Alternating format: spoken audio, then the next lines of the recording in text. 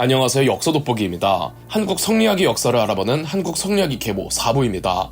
고려 말 안양에서부터 성리학 계보가 시작되어 안향, 백의정, 이재현, 이색, 정몽주로 이어지던 고려시대의 성리학 계보는 조선시대에 들어서며 길제, 김숙자, 김종집, 김경필, 조광조로 이어졌습니다. 이 중 김종집과 조광조는 각각 9대왕 성종 때와 11대왕 중종 때에 그들의 제자들과 함께 등용되어 살인파라는 정치 세력을 형성하기도 했죠. 살인파들은 정통 성리학을 고수하는 사대부들답게 보수적인 정통 성리학의 원칙만을 각역하게 강조하는 과정에서 사화라는 정치적 숙청을 겪어야만 했습니다. 그중 조광조는 기묘사화로 인해 처형됐고 이후 조광조의 제자들 중에는 조광조의 뒤를 이어 한국 성리학의 계보를 잇는 사람은 없었습니다. 그렇지만 길제, 김숙자, 김종직, 김경필, 조광조 계보로 성리학이 이어지고 살인파들이 정치적으로 성장하면서 그들의 커뮤니티가 더 두터워졌고 꼭 정통 직계 제자가 아니어도 학식과 명망만 있다면 정몽주 길제의 학풍을 이을 수 있는 기반이 만들어졌죠.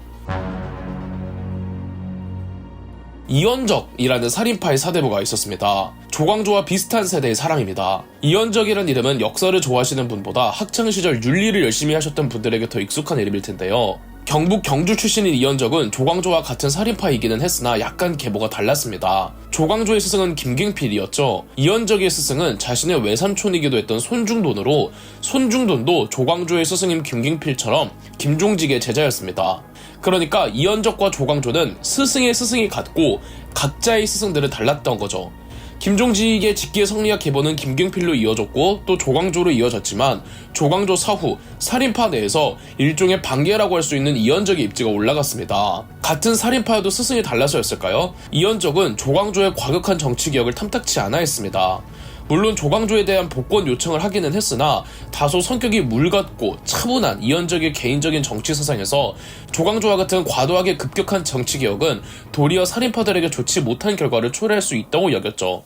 그래서 한창 조광조가 살인파들 동원해서 개혁을 단행할 때도 이원적은 존재감을 드러내지 않았죠. 이러한 화합의 정치를 추구했던 덕에 이원적은 훈구파 쪽에서도 존중받는 존재였습니다. 이원적은 중종이 그렇게 싫어하던 조광조를 복권하라는 요청을 해도 중종은 이원적을 대우해 주었으며 세자 교육까지 맡기기도 했죠. 중종 사후 12대왕 인종이 등극했으나 9개월 만에 사망하죠. 인종 사후 잠시나마 혼란스러운 국정을 이원적이 총괄할 정도로 인망이 두터운 사람이었죠. 이원적이 역사를 좋아하시는 분보다 학창시절 윤리를 열심히 하셨던 분들에게 더 익숙할 거라고 얘기했던 이유는 16세기 한국 성리학계 최대 논쟁거리였던 이기 논쟁을 시작시킨 사람이 이원적이기 때문입니다. 많은 분들이 퇴계 이황 때 이기 논쟁이 시작된 것으로 알고 있지만 그 시작은 이원적부터였습니다. 우선 이기 논쟁이 무엇인지부터 말씀드려야겠죠. 성리학은 인간 수양의 학문을 넘어서 인간성, 더 나아가 우주의 원리와 존재의 본질을 탐구하는 학문이랍니다. 성리학에선 만물의 원리를 이와 기로 나누는데요. 이는 그것이 존재할 수 있게끔 하는 근원이고 기는 실제로 발현된 유형의 무엇입니다. 따라서 이는 보이지 않고 기는 육안으로 확인할 수 있죠. 그리고 이는 바뀌지 않고 기는 형태가 바뀔 수가 있습니다. 제 학창시절 윤리와 사상 선생님께서 아주 쉽게 비유를 해주셨었는데 에어컨을 예로 들자면 에어컨이란 기계가 기이고 에어컨에서 나오는 바람이 이인 거죠. 그렇다면 인간이라는 존재도 이와 기로 구성이 되어 있겠죠. 인간의 몸이 바로 기이고 인간의 본성이 바로 이이죠. 물론 이와 기 둘 다 모두 중요합니다. 그 중에서도 이원적은 둘 중에 이가 기보다 더 중요하고 더 근본이 되는 것이라고 여겼습니다. 이가 기보다 더 중요한 개념이라는 이론을 주리론이라고 합니다. 이원적은 이와 기가 하나로 엮여 있어 보여도 근본적으로 이와 기는 절대 섞일 수 없는 서로 별도의 개념이라는 이기불상잡을 주장했죠.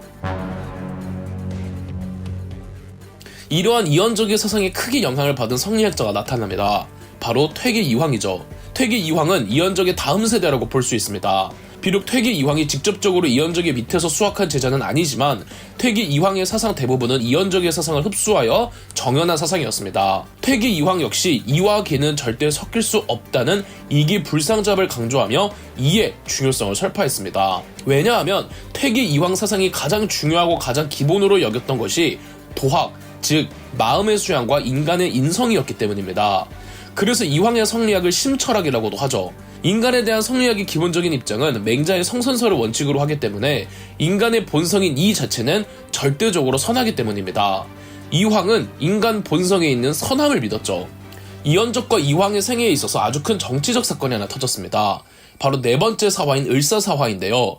13대 왕 명종을 어린 나이에 옹립한 명종의 친모 문정왕후가 정권을 잡고는 살인파들을 대대적으로 숙청해버린 것입니다. 당시 살인파의 수장은 이현적이었기에 이현적은 직접적인 타겟가 될 수밖에 없었죠. 그나마 이현적의 인망이 그가 워낙 두터워서 파직되고 유배 가는 선에서 끝났지만 유배 생활 6년 만에 유배지에서 사망했습니다. 이현적을 워낙 존경했던 이황이었기에 그리고 다른 동료 선배 살인파들이 사화에 휘말리면서 이황은 정치의 환멸을 느꼈고 조정에 더 이상 일하고 싶지 않다며 지방의 사또로 부임하는 외관직을 자처하여 단양군수와 풍기군수를 역임했습니다. 이황은 외관직도 얼마 안 하다가 그만두고 정계에서 은퇴해 낙향했습니다. 낙향 후 경북 안동에 내려가 도산서당을 짓고는 공부에 매진하며 제자들 키우는 일을 했는데요. 이때부터 퇴계 이황의 전성기였습니다. 퇴계 이황을 거쳐간 제자만 300여 명이 넘었죠.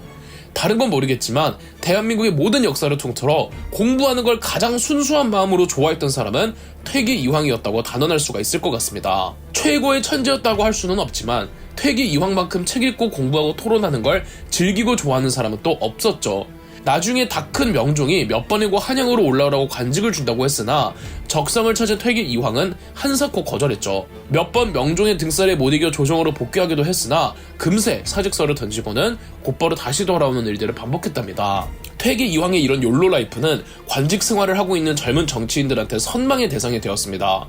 또 이황의 후배들, 제자들 혹은 청년들이 이황을 찾아가면 이황은 언제나 환대해주고 잘해주고 서스럼 없이 같이 놀고 술 내어주고 학문의 깊은 가르침을 주었죠. 이황은 당시 조선의 사상계에서 압도적인 지지를 받았습니다. 그런데 한 번은 이황이 환갑을 앞보고 있는 58살이었던 시절 고작 32살밖에 안 된 기대승이란 이름의 청년 성리학자가 이황의 성리학 이론에 태클을 걸어왔습니다. 퇴계 이황이 펼친 이기론, 이와 기는 절대 섞일 수 없으며 사람의 본성인 이가 가장 중요하다는 이론에 기대승이란 청년 성리학자가 반박한 거죠. 기대승의 고향도 그렇고 기대승의 가문도 그렇고 그 터전이 수도 한양이었습니다. 이미 출신지부터 성리학의 메카 지역인 경북 영남 지방이 아니죠. 이 기대승의 집안은 관직에는 연이 그렇게 없었지만 기대승은 관직에 나아갔고 기대승의 문장력은 그 어느 누구도 따라갈 수 없다는 말을 듣고 다니던 나름의 천재였습니다. 이 기대승이 이가 가장 중요하다는 퇴계 이황의 주리론에 동의할 수 없다는 이론을 펼쳤습니다. 기대승은 이와 기가 서로 달라 보여도 두 개념은 서로 떨어질 수 없는 하나를 이룬다는 이기불상리를 주장했습니다. 아까 성리학에선 인간의 본성, 즉 이는 성선설에 기반하여 절대적으로 선하다고 말씀드렸죠. 하지만 세상에 어디 착한 사람만 있습니까? 성리학에서는 인간의 본성은 착하지만 인간의 기 때문에 변할 수 있다고 말합니다. 기는 가변적인 개념이라 선할 수도 있고 악할 수도 있죠. 인간에겐 본성 말고 정이라는 감정도 있죠.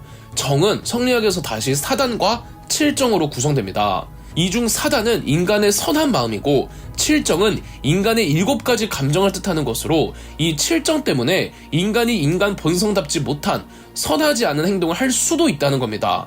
따라서 퇴계 이황의 경우 사단과 칠정을 완전하게 이와 기로 분류했으나 기대승은 사단과 칠정 모두 기라고 여겼습니다. 퇴계 이황의 말처럼 이와 기가 절대 섞일 수 없기에 사단과 칠정은 각각 이와 기로 나뉘느냐, 아니면 기대승의 말처럼 이와 기는 결국 하나이기에 사단과 칠정 모두 기라고 볼 수 있느냐, 이걸 이기 논쟁 혹은 사단 칠정 논쟁이라고 합니다. 기대승의 태클에 이황 입장에서는 그냥 무시해도 아무도 뭐라 하지 않았을 텐데 퇴계 이황은 일일이 기대승의 논리에 때로는 수긍하고 때로는 반박하며 이 건전한 토론을 무려 8년간이나 이어갔습니다. 이기 논쟁은 16세기 조선 성리학의 최대 논쟁거리였습니다. 기대승과의 토론 이후 이기 논쟁은 끝나나 싶었더니 얼마 후 기대승보다도 더 어린 새파랗게 젊은 청년 사대부가 다시 이황의 이와 기를 나누는 것에 대해 반박하며 이와 기는 하나라는 기대승과 같은 맥락의 이기 일원론을 펼치는데요. 다들 아시는 율곡이이였습니다. 율곡이이는 기대승보다도 더한 천재였죠. 그런데 이 이기 논쟁이 뭔 의미가 있느냐, 이가 중요하면 어떻고 기가 중요하면 어떻고 두 개가 섞이면 어떻고 분리되면 어떠냐라고 이기 논쟁의 무의미함을 꼬집는 분들도 있는데요. 아닙니다. 당시 성리학계의 이기 논쟁은 성리학의 통치 이데올로기였던 조선의 정치를 이해하는 데 있어서 가장 중요하며 향후 나타나게 될 분당의 역사와도 밀접한 관련이 있기에 이기 논쟁은 정치적으로도 해석이 가능합니다. 이기 논쟁에 대한 정치적 해석 5부에서 계속됩니다. 그럼 역사 돋보기였습니다. 저희 역사 돋보기가 멤버십 가입을 시작했습니다. 멤버십 가입을 해주신 분들 덕분에 영상 제작에 큰 도움이 되고 있습니다. 감사합니다. 영상 재미있으셨다면 구독과 좋아요, 알림 설정까지 해주시면 감사드리겠습니다.